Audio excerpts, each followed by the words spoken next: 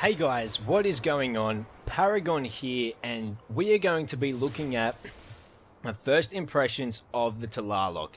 Now, before I start this video, I want to thank you very much for 100 subscribers. I know it's nothing crazy, but I've only been doing YouTube for a month, and I'm very thankful for the support that you guys have given me so far. So thank you very much for that, and I'm going to do my best to continue making awesome content for you guys to be entertained and learn how to improve your game. So let's get on with the video. The Tlaloc. This gun has revolutionized the Warlock for me. So I've always been a Hunter main, but this gun almost makes me want to switch to Warlock main. This gun is so much fun. So let's have a look at the perk options that we have available for the Tlaloc. So first up, we have Smooth Ballistics, Accurized Ballistics, and Soft Ballistics. Our first perk is going to be Eye of the Storm, which increases our accuracy as our health gets lower. And our second tier, we have Hand Loaded, increasing the range. Armor Piercing Rounds, which is going to allow our rounds to over-penetrate targets. And Injection Mold, increasing stability, handling at the reduction of range. Our last perk is going to be Overflow. Now, Overflow is an amazing perk. So this weapon has better handling, rate of fire, and stability while the wielder's super is charged.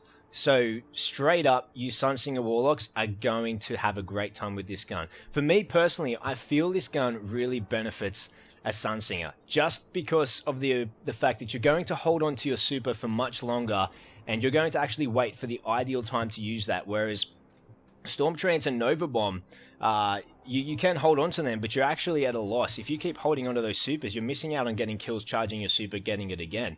Whereas with Radiance, it's a great super for if you've rushed heavy by yourself, you got killed, you can quickly use it. You can hold that super for a really influential moment in the game and have a huge impact while constantly giving you extra DPS. So this gun definitely complements the Sunsinger.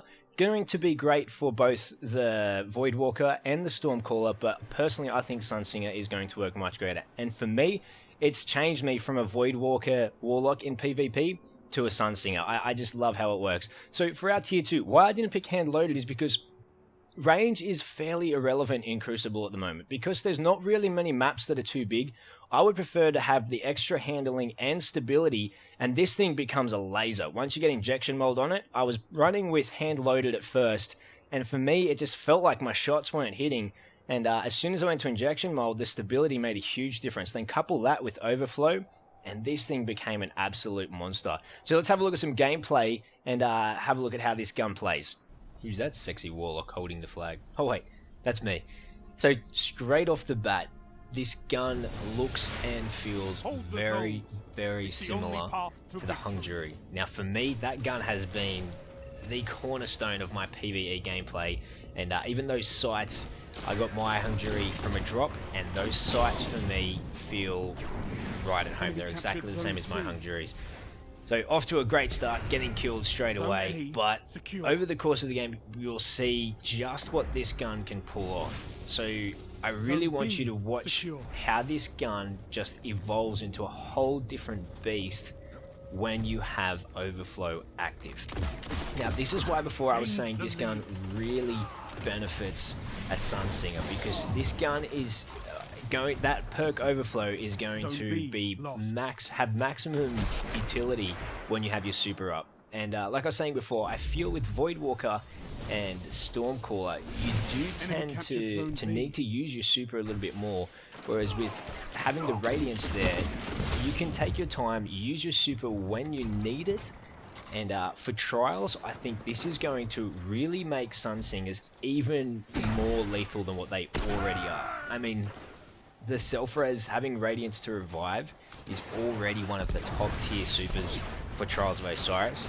Couple that with saving it and having a gun that just puts out insane damage. Now this gun's going to hit for 61 on a headshot every time, so it is a 4-shot kill, but with the rate of fire change, you will see this gun, I will just mow people down. There are a couple of gunfights where it is just stupid. I can get damage out so quick without and the gun is an absolute laser. You get extra stability and handling. It just becomes such a strong gun. And for me, I love the fact that there is a scout that is gonna bait this guy here. He fell for that one. Thanks, buddy. But making the scouts effective has been something I've really loved in the Taken King. Hand cannons in vanilla were just too strong. They made scouts obsolete. And now that scouts sort of fit this really cool niche of that mid, long-range defensive playstyle, for me, I usually run a sniper, but I found running a shotgun with this was much more effective, because this gun is, you'll watch as soon as I get overflow, you can mow people down from any range with no problem. Close, mid, far, you have kill potential in every range. So having the shotgun for me was really handy for when I was making those aggressive plays, or if people were trying to push on me, I had the option to outplay them, and it worked really, really well for me. So now overflow is up, and just look at the fire rate on this thing. It is just mental.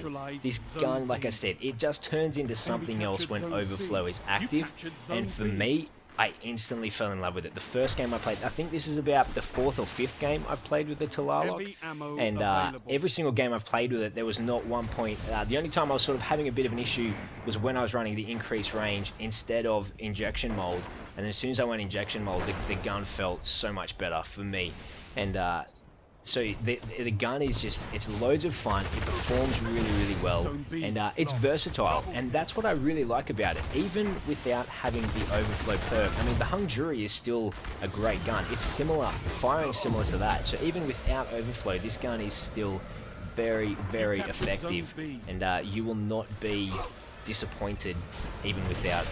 So there we go. So I'm going to use my super. I'm going to lose the effectiveness of my gun now, but I tend to change up my playstyle a little bit based on having overflow active or when overflow is down. So when overflow is up, I tend to play a little bit more aggressive because I have the opportunity to win those fights. And thank you, Mr. Blade Dancer, for that super kill. We will bow to you, buddy. But I find for me, it just makes it possible to push aggressive and play aggressive and force, keep pressure on your enemy. Whereas when you don't have overflow, it's better to sit back and play a little bit more, not necessarily camp, but play defensive and play your angles a little bit smarter. Look for that flank. And I found it was very, very rewarding moving in and out of those two playstyles, because for me personally, I love to rush, but I also love to flank and play my angles. So the gun allows me to play with my two favorite playstyles in one game.